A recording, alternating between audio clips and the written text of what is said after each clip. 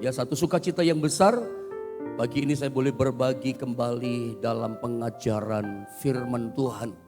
Pagi ini langsung saja saudara ya, Tuhan berkati buat saudara-saudara seiman, teman-teman hamba Tuhan yang mungkin baru bergabung, yang baru menemukan channel YouTube GSPDI Philadelphia Jombang, maupun baru ketemu mungkin mengikuti gitu ya akun Facebook Johannes Naftali.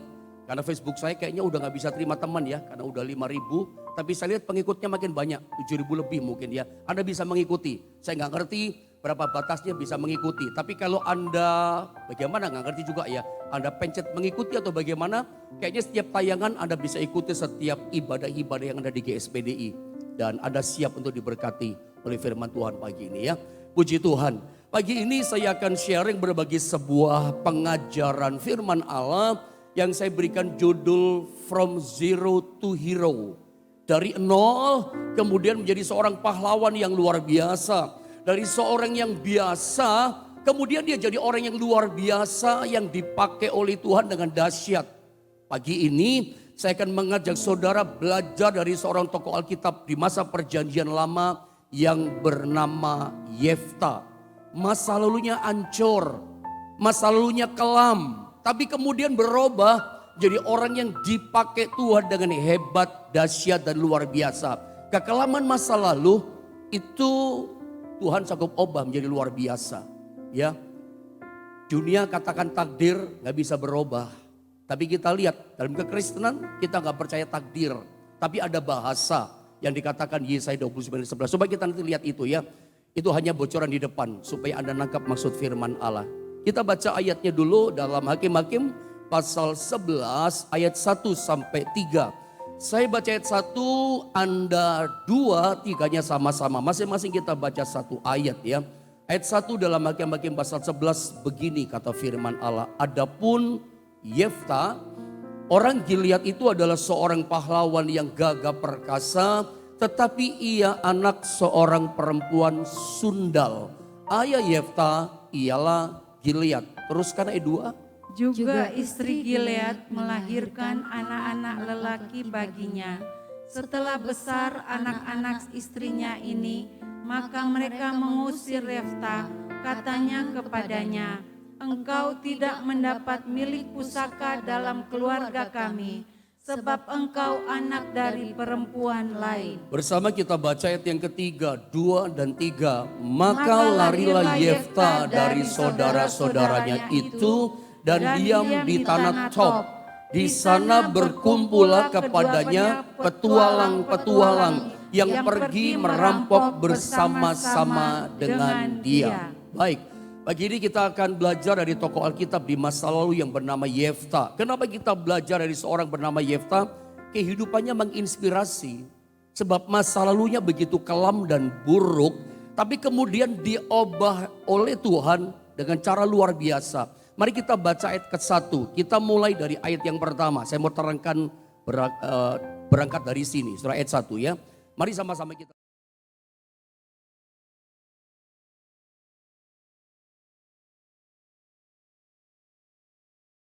Adalah seorang pahlawan yang gagah perkasa, tetapi ia anak seorang perempuan sundal. Ayah Yefta ialah Gilead.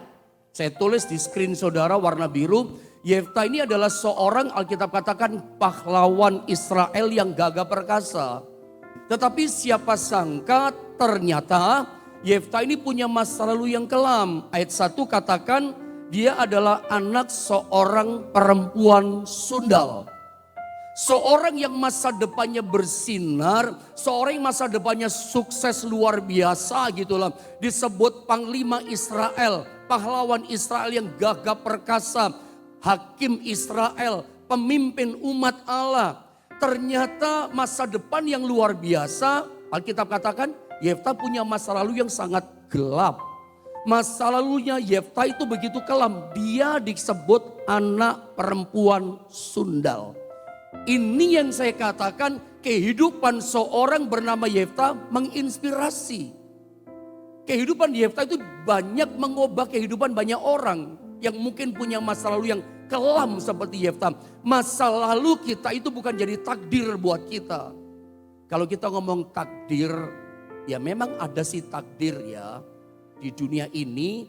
Tetapi kita orang Kristen tidak percaya kepada namanya takdir. Coba saya bisa minta bantuan multimedia. Dalam bahasa Alkitab itu ada istilah predestinasi. Apa sih predestinasi? Tuhan telah menetapkan kehidupan kita sebelumnya. Kalau boleh disiapkan Yeremia 29 ayat 11. Ini loh predestinasi orang percaya. Tuhan siapkan ini kepada kita sedikit dari awal. Saya ingin sampaikan sama saudara.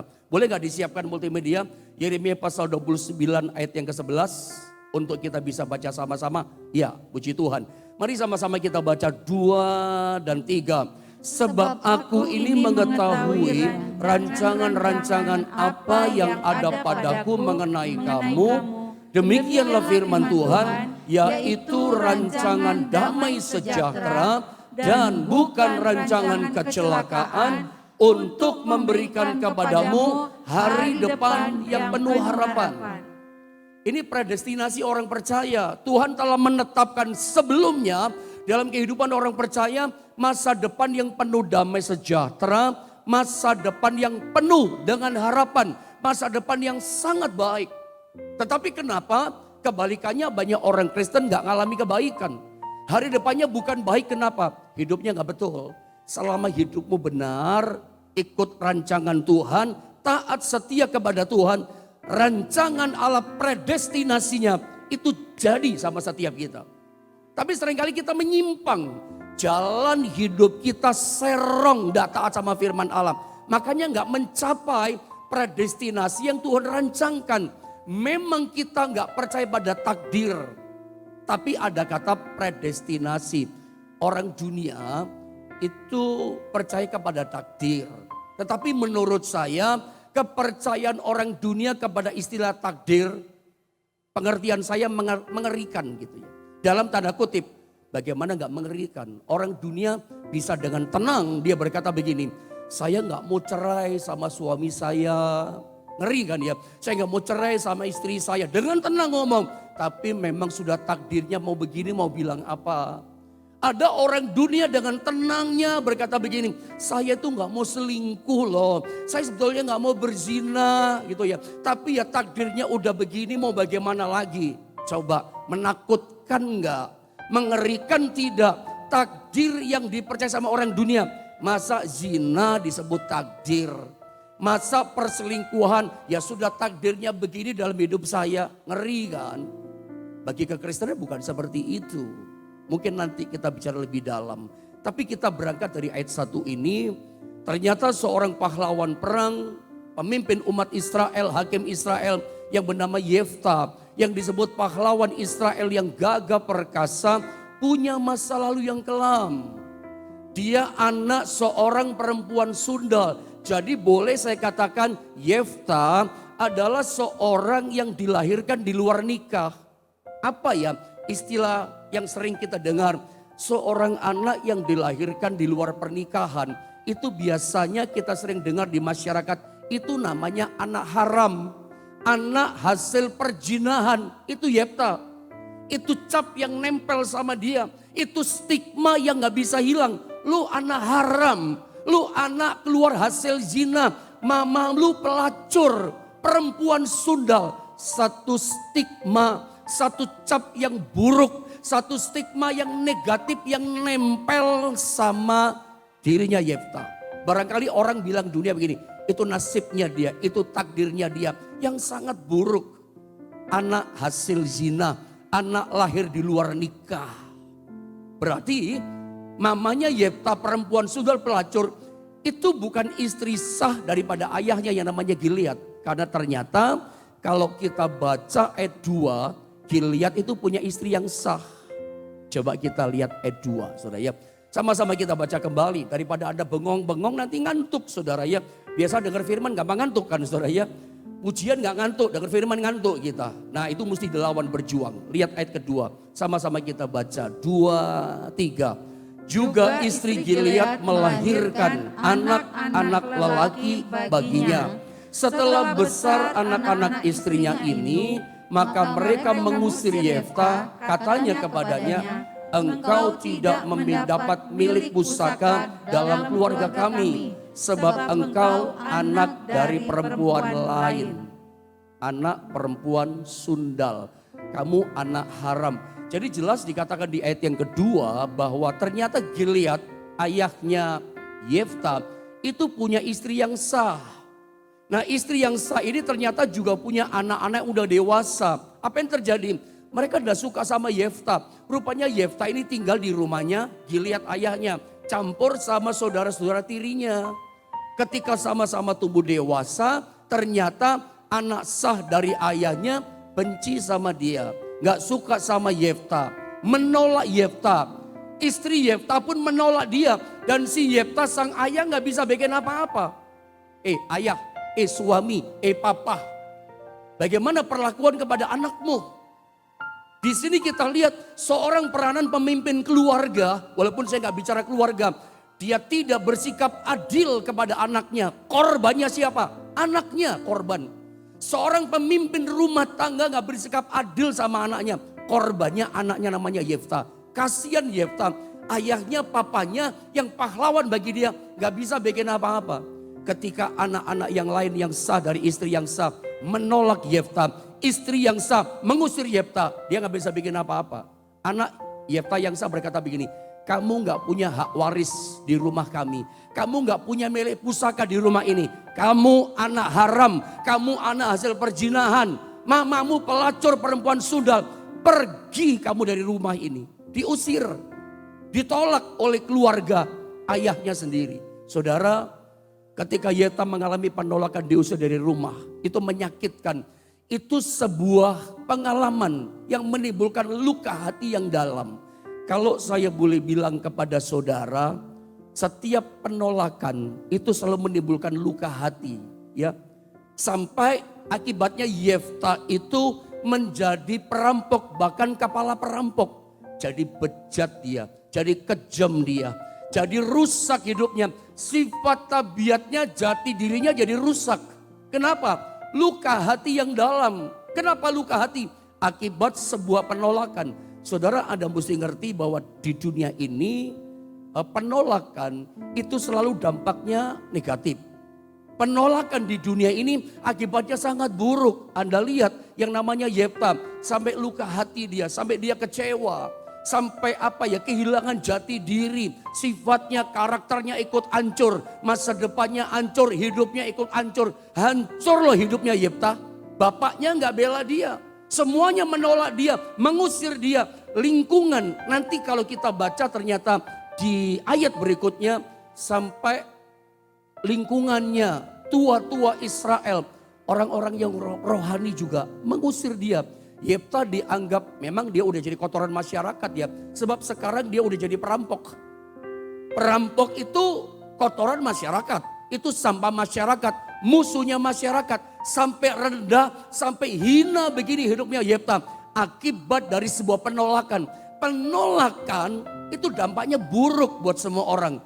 Dan itu dialami oleh Yefta. Makanya saudara, belajarlah dari keluarga Yefta ini ya. Amit-amit gitu ya, jangan sampai di antara keluarga saudara, ya keluarga kita yang dikasih Tuhan ada yang namanya penolakan. Anggota keluarga kita tolak, kelahirannya ditolak. Ada anak-anak yang tidak dikehendaki kelahirannya penolakan. Kasihan loh. Dampaknya buruk buat hidupnya. Rusak nanti hidupnya. Yefta jadi kepala perampok. Jadi bejat dan rusak karena kepahitan hati. Buruk banget. Coba kita lihat ayat 3 ya. Saya baca saja ya dengan cepat ya. Maka larilah Yefta dari saudara-saudaranya. Itu karena diusir. Dan diam di tanah Tob. Di sana berkumpullah kepadanya petualang-petualang yang pergi merampok bersama-sama dengan dia. Yefta bukan cuma jadi perampok, dia jadi kepala perampok. Dia jadi gembongnya perampok, coba bayangin. Jadi jahat hidupnya. Kenapa? Keluarganya menolak dia, keluarganya membuang dia. Ini hasil sebuah penolakan, kepahitan hidup, hancur hidupnya. Saya coba kasih gambaran tentang bahayanya penolakan. Ada seorang yang terkenal di dunia ini, dia terkenal dengan kejamnya dan jahatnya dia, namanya adalah Adolf Hitler, orang Jerman, orang kebangsaan Jerman. Seorang yang terkenal paling kejam di dunia. Dia disebut penjahat perang di dunia ini. Pernah diadili juga. Dia pernah membantai, membunuh, ya, dengan cara kejam. 6 juta orang Yahudi dibunuh. Ada yang dikubur hidup-hidup. Loh, orang hidup dikubur hidup-hidup. Coba, apakah bejat ini orang? Kejam, sadis Hitler. Bahkan 6 juta orang dia bunuh, ya, dengan cara yang terkenal dengan apa itu, Holocaust, ya. Anda pernah dengar kisah Holocaust, di mana ada satu ruangan yang besar, itu ratusan orang Yahudi dimasukin, ratusan gantian dimasukin, ya, dikubur, mati dikubur, begitu ratusan orang gantian dimasukin di satu kamp konsentrasi, ruangan besar, ditutup semuanya ruangan itu, ya. Itu lalu dialiri gas beracun, karbon monoksida. Itu zat yang super beracun. Semua orang, ratusan orang bergantian dimasukin. Ya mati di situ, kena racun. Dibunuh dengan cara kejam. Dengan racun yang super beracun, karbon monoksida. Itu Hitler, 6 juta orang loh dikasih racun sama dia. Apa enggak kejam nih orang? Ternyata kalau kita telusuri kenapa orang ini jadi jahat. Karakternya, sifatnya sadis banget. Pembunuh dia ini. Kenapa dia benci sama orang Yahudi? Kenapa punya kepahitan sama orang Yahudi? Ternyata ada cerita di masa lalu. Ternyata kalau Anda ikuti sejarah kehidupan Hitler. Hitler ini ternyata punya seorang ayah. Ayahnya dia adalah keturunan Yahudi. Nah, ayahnya Hitler itu kejam, sadis. Suka memperlakukan Hitler dengan sadis. Kadang Hitler ditendang, ditonjok. Masih kecil sudah diperlakukan kasar sama ayahnya. Bahkan si kecil Hitler suka melihat ibunya diperlakukan kasar sama ayahnya. Ditonjok, ditendang, jatuh, diinjek sama ayahnya. Begitu saudara ya. Dimaki-maki dengan kata-kata pelacur kamu, kata-kata yang jahat saudara ya. Itu si kecil Hitler sering lihat perlakuan kasar bejat ayahnya kepada ibunya, kepada mamanya. Si kecil Hitler timbul kepahitan. Sampai dia berkata begini, dia punya tekad. Kalau aku besar, aku akan balas dendam kepada ayahku. Apa yang terjadi? Ketika Hitler bertumbuh jadi besar, dia berpacaran dengan seorang gadis. Ternyata gadis itu juga keturunan Yahudi, saudara. Dalam pacaran itu dia sakit hati, terluka hatinya. Karena pacarnya lari tinggalkan dia bersama dengan laki-laki yang lain. Patah hati ceritanya, sakit hati. Orang Yahudi lagi, papanya orang Yahudi, pacarnya orang Yahudi sakiti dia. Lalu dia kecewa, pahit hati, singkat kata, maaf kata, dia datang kepada seorang pelacur. Nah pelacurnya orang Yahudi lagi. Ketika dia maaf kata berhubungan sama pelacur ini, dia tertular penyakit kelamin dari pelacur orang Yahudi ini. Tambah sakit hati saudara. Nah sakit hatinya ngumpul dari orang Yahudi ini. Ketika dia mendapat kekuasaan saudara, makanya dia kecewa pahit hatinya itu dia balaskan kepada orang Yahudi. 6 juta orang Yahudi dalam sejarah itu dibantai di kamp konsentrasi oleh orang yang jahat namanya Hitler. Kenapa dia jadi jahat? Masa lalunya mengalami penolakan. Saudara, tetapi saya mau katakan Hitler yang masa lalu kelam tetap kelam. Bejat tetap bejat. Jahat tetap jahat. Tetapi saya mau katakan berbeda dengan Yefta. Masa lalu Yefta memang kelam. Anak perempuan sundal. Menjadi kepala perampok. Anak hasil perzinahan. Anak hasil perselingkuhan. Pelacur mamanya. Namun hidupnya diobat Tuhan. Menjadi orang yang luar biasa. Menjadi pahlawan Israel gitu loh. Menjadi hakim atas Israel. Menjadi pemimpin umat Israel. Itu satu kedudukan yang sangat-sangat terhormat. Kedudukan nomor 1 loh di Israel. Dari seorang yang bejat, hina, kotoran masyarakat, gembongnya perampok. Anak hasil perzinahan, anak haram, anak perempuan sundal. Itu stigma yang buruk sama Yefta. Tetapi saudara ya, itu ketika dia datang kepada Tuhan. Itu Tuhan obat dengan luar biasa. Saya mau bilang sama saudara, semua orang yang ketemu sama Tuhan, semua orang yang datang kepada Tuhan, Tuhan akan ubah hidupnya dengan luar biasa. Tuhan itu ahlinya. Tuhan itu spesialisasinya mengubah kehidupan seseorang yang hina sekalipun. Tuhan bisa ubah hidupnya jadi mulia. Yang gagal Tuhan bisa ubah jadi luar biasa berhasil.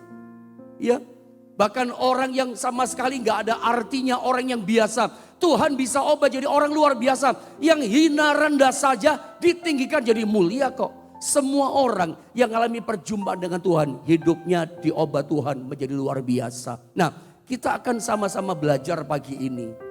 Apa yang mengubah kehidupan Yefta yang judul tadi, From Zero to Hero.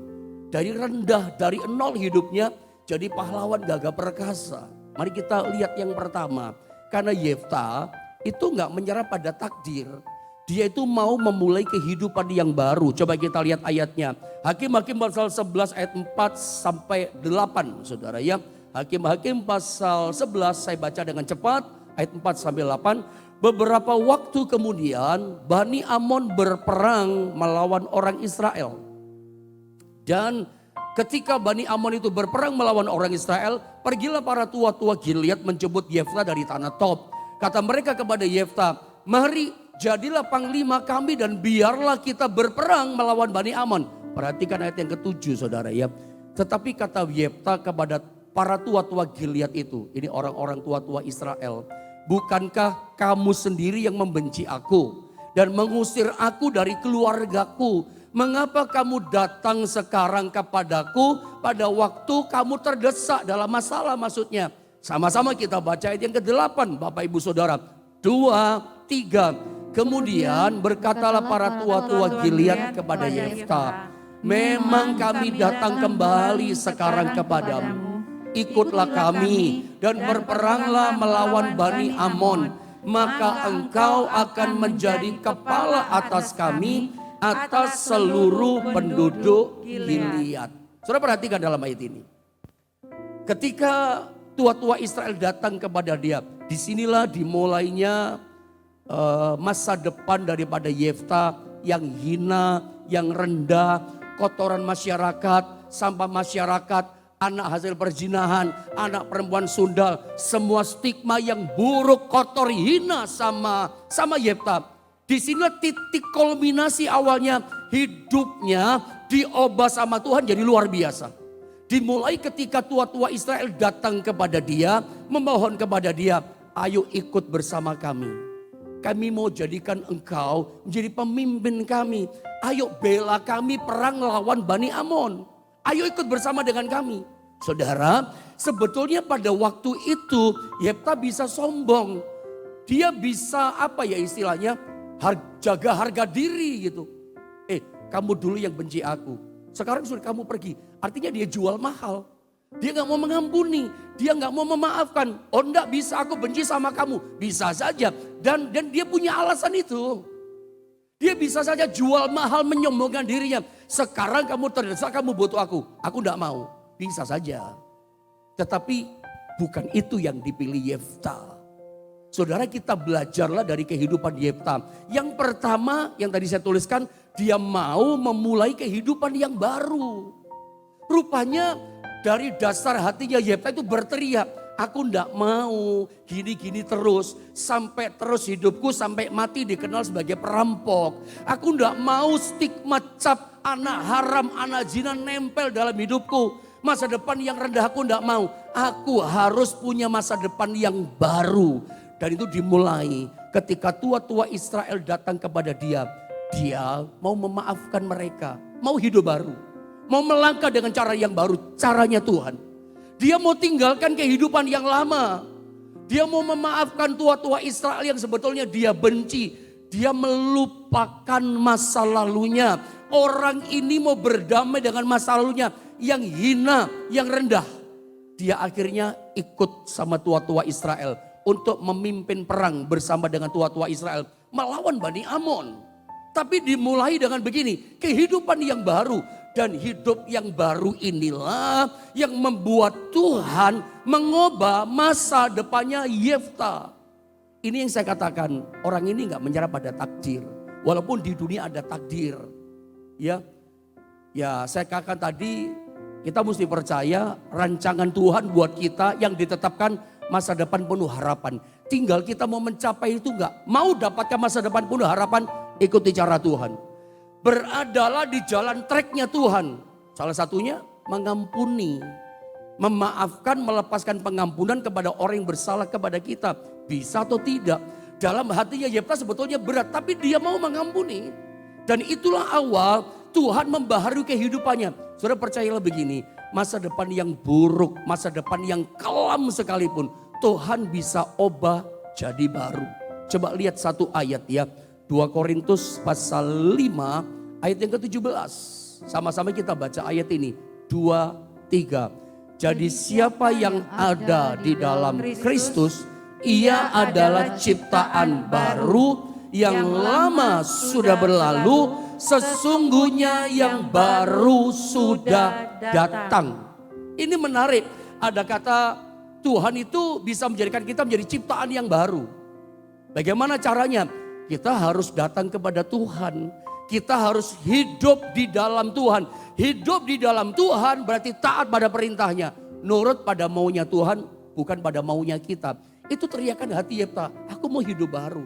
Aku tidak mau terus dikenal sebagai penjahat perampok. Aku mesti hidup baru. Dan Tuhan baharui dia. Dengan cara apa? Dia mengampuni tua-tua Israel. Dia mau membaharui hidupnya. Dan Tuhan sanggup mengubah namanya takdir kita. Nasib kita kalau kita pakai bahasa dunia. Karena ternyata apapun masa lalu kita bisa diubah oleh Tuhan. Yang hina bisa diubah jadi mulia.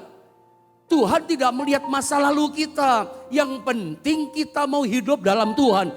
Tuhan bisa kasih masa depan yang baru loh. Jelas ayat ini berkata begini. Jadi siapa yang ada dalam Kristus, pastikan Anda semua dan saya, kita semua pagi ini sungguh-sungguh ada dalam Yesus. Maka kita disebut ciptaan yang baru. Begitu kita dijadikan ciptaan baru sama Tuhan. Perhatikan, yang lama sudah berlalu. Masa lalu kita akan berlalu. Sesungguhnya yang baru sudah datang. Yang baru ini begini. Yang dulu kita gak bisa alami, sekarang kita bisa alami. Dulu kita gak bisa terima mujizat, sekarang bisa terima mujizat. Dulu kita gak bisa terima yang namanya keajaiban, sekarang bisa terima keajaiban. Satu kuasa yang baru, satu kehidupan yang baru dalam Tuhan. Tuhan berikan sama kita. Makanya bisa diubah. Kalau bagi orang dunia, macan tetap macan. Begitu istilahnya ya. Pembohong tetap pembohong. Pezina tetap pezina. Penjahat tetap penjahat. Penipu tetap penipu. Pemabok tetap pemabok. Lu penjudi sampai mati penjudi. Itu orang dunia. Macan tetap macan. Tutul tetap betutul. Nggak jujur tetap nggak jujur. Itu orang dunia punya bahasa. Betul apa tidak?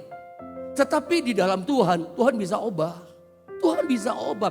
Orang dunia berkata nggak bisa Pak. Penjahat mah tetap penjahat. Tapi di dalam Tuhan, semua orang yang datang kepada Tuhan, dia pasti diobat Tuhan dengan luar biasa.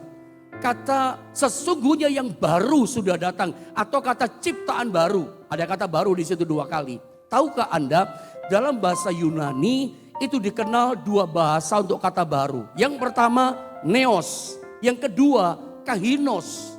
Neos itu arti barunya begini, dari tidak ada menjadi ada. Jadi betul-betul unused begitu. Betul-betul apa ini? Baru dari tidak ada jadi ada. Tapi ada kata Yunani yang kedua untuk kata baru. Kahinos. Kahinos itu artinya begini. Yang sudah ada dijadikan baru. Bukan barang baru. Tapi dijadikan baru oleh Tuhan. Jadi akhirnya orang sampai gak kelihatan. Betul-betul new, betul-betul fresh. Sampai gak kelihatan barang lamanya. Yohanes yang sama dari dulu ya ini Yohanes. Tapi sekarang orang lihat kok hidupnya beda ya. Dulu rusak, dulu begini, dulu jelek. Sekarang kok jadi hamba Tuhan. Joninya sama, tapi Joni yang sekarang beda. Esternya sama, tapi sekarang di dalam Tuhan Ester yang berbeda. Begitu cuma contoh buat saudara. Kita mungkin orang yang sama, tapi sekarang di dalam Kristus kita dijadikan baru oleh Tuhan. Kita yang ada dijadikan baru. Masa lalu yang kelam, masa lalu yang buruk, yang ambruk, yang jelek. Tuhan bisa jadikan baru. Yang hina Tuhan bisa ubah jadi mulia. Yang biasa orangnya, Tuhan bisa jadikan dia orang luar biasa. Yefta itu adalah orang luar biasanya Tuhan. Kok bisa Yefta jadi orang luar biasa? Dia mau hidup dalam Tuhan. Dia mau memperbaharui hidupnya. Aku gak mau gini terus. Masa perampok tetap perampok? Yang bisa ubah hidup kita Tuhan. Tidak ada orang mau gagal terus. Tidak ada orang mau terpuruk hina terus. Anda mau hidupmu diangkat oleh Tuhan. Anda mau hidupmu jadi mulia. Bagaimana caranya? Sederhana caranya. Anda harus datang sama Tuhan. Anda harus hidup dalam Tuhan. Ketika Tuhan katakan mengampuni, belajar mengampuni. Belajarlah setia dan taat. Lakukan firman Allah.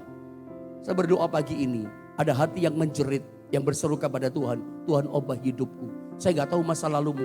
Tapi saya kasih contoh beberapa contoh dalam Alkitab. Lihat Paulus. Sedikit saja gak usah buka ayat. Masa lalunya teroris. Dia tukang bunuh orang Kristen. Tukang kejar-kejar persekutuan orang percaya. Dia suka hancurkan gereja. Ini orang benci orang Kristen. Benci penganut orang yang percaya pada Yesus. Teroris di masanya. Orang yang bejat dan rusak. Pembunuh ini orang. Itu masa lalunya Paulus. Tapi siapa sangka masa di depannya Paulus hari ini dikenal sebagai seorang hamba Allah yang luar biasa. Saya sebut Paulus adalah orang luar biasanya Tuhan. Bagaimana tidak? Hampir 75% perjanjian baru ditulis oleh Paulus. Sapu tangannya dibawa orang sakit sembuh. Jubahnya Paulus yang udah keringatan dibawa orang. Orang kerasukan setan, setannya lari pergi. Orang ini orang luar biasanya Tuhan. Diurapi limpah sama Tuhan. Masa lalunya bejat. Masa lalunya penjahat Paulus. Diubah Tuhan jadi mulia. Masa lalu kita tidak bisa mempengaruhi Tuhan. Asal kita mau datang kepada Tuhan. Melakukan kehendak Tuhan. Mau membaharui hidup saudara ya. Kita nggak mau gini-gini aja. Masa gagal mau gagal. Bagaimana caranya? Datang sama Tuhan. Tuhan bisa ubah hidup saudara. Perempuan Samaria. Kawin cerai 5 kali. Dia tinggalkan suaminya diceraikan 5 kali. Laki-laki yang ke-6 itu free sex. Kumpul kebo sama levelnya dia. Haus hawa nafsu. Tapi ketika berjumpa sama Tuhan diubahkan hidupnya. Dialah penginjil pertama di dunia. Yang bikin seluruh kota Samaria percaya bertobat sama Tuhan. Lewat kesaksian perempuan Samaria. Siapa penginjil yang hebat ini? Seorang yang kawin cerai yang buruk saudara ya. Anda lihat Sakius, seorang tukang peras. Ya, dia itu pemungut cukai, tukang pajak tapi suka memeras rakyat Israel. Yesus nggak ngomong apa-apa. Ketika Yesus datang ke rumahnya, tiba-tiba orang ini berkata begini, Tuhan Yesus, setengah dari hartaku aku berikan pada orang miskin. Itu artinya setengah dari harta kekayaan Sakius itu ternyata hasil memeras orang miskin. Setengahnya hasil korupsi, setengahnya uang haram. Bahkan dia berkata begini, jika ada orang aku tipu, aku kembalikan 4 kali lipat. Jadi kalau dia peras orang itu 4 kali lipat kalau Anda tahu. Dari bahasa itu kita tahu. Harusnya pajak 100.000, dia bisa peras 400.000 bahkan 500.000. Ini raja tega. Orang yang bejat kelakuannya tukang peras, tukang tega sama orang. Tapi ketika dia berjumpa sama Tuhan, dia pengen hidup baru. Diobahkan, seisi rumahnya diselamatkan. Semua orang yang bertemu sama Tuhan diobahkan. Perempuan yang sakit 12 tahun pendarahan, dia pun diobahkan sama Tuhan. Hartanya gak bisa tolong, kekayaan gak bisa tolong. Ketika ketemu sama Tuhan, diobahkan hidupnya. Sakit jadi sembuh. Saya kasih contoh yang terakhir. Ya, seorang penginjil besar di dunia dari Amerika bernama Joyce Meyer. Berapa tahun yang lalu sering muncul di televisi. Kita sering terinspirasi dari khotbahnya hamba Tuhan besar ini, Joyce Meyer. Sebutlah hamba Tuhan begitu. Siapa sangka masa lalu Joyce Meyer ini ancur-ancuran, hina dan rendah. Masa kecilnya singkat kata diperkosa sama ayah kandungnya. Akhirnya dia kepahitan sama ayahnya. Ayah yang mesti cinta dia, ayah mesti lindungi dia, memperkosa dia. Dia jadi benci kepahitan sama ayahnya. Pergaulan bebas, rusak pergaulannya. Satu kali dia bergaul dengan siapa saja, minum mabuk dan segala macam dan teman-temannya itu. Satu kali di usia yang sangat remaja, datang seorang anak muda yang jauh di atas dia. Aku cinta sama kamu, aku menikah sama kamu, diterima. Dia pikir ayahnya gak cinta sama dia, ayahnya menolak dia. Ada pemuda jatuh cinta menikah dia terima. Tapi singkat kata pendek pernikahannya, ya terjadi perceraian, disitulah dia merasa kosong hampa. Dia bertobat singkat kata, dia cari Tuhan, menyerahkan hidupnya kepada Tuhan, jadi hamba Tuhan yang luar biasa. Maka dalam satu pelayanannya, seorang tua datang kepada dia dan minta dibaptiskan. Itu ayahnya yang dulu bejat memperkosa dia. Semua dipulihkan. Bahkan dia masa depan luar biasa jadi hamba Tuhan yang dipakai Tuhan. Siapa sangka masa lalunya begitu kelam. Hari ini saya nggak tahu sekelam apa masa depan saudara. Tapi kita tahu Tuhan sanggup mengubah kehidupan kita.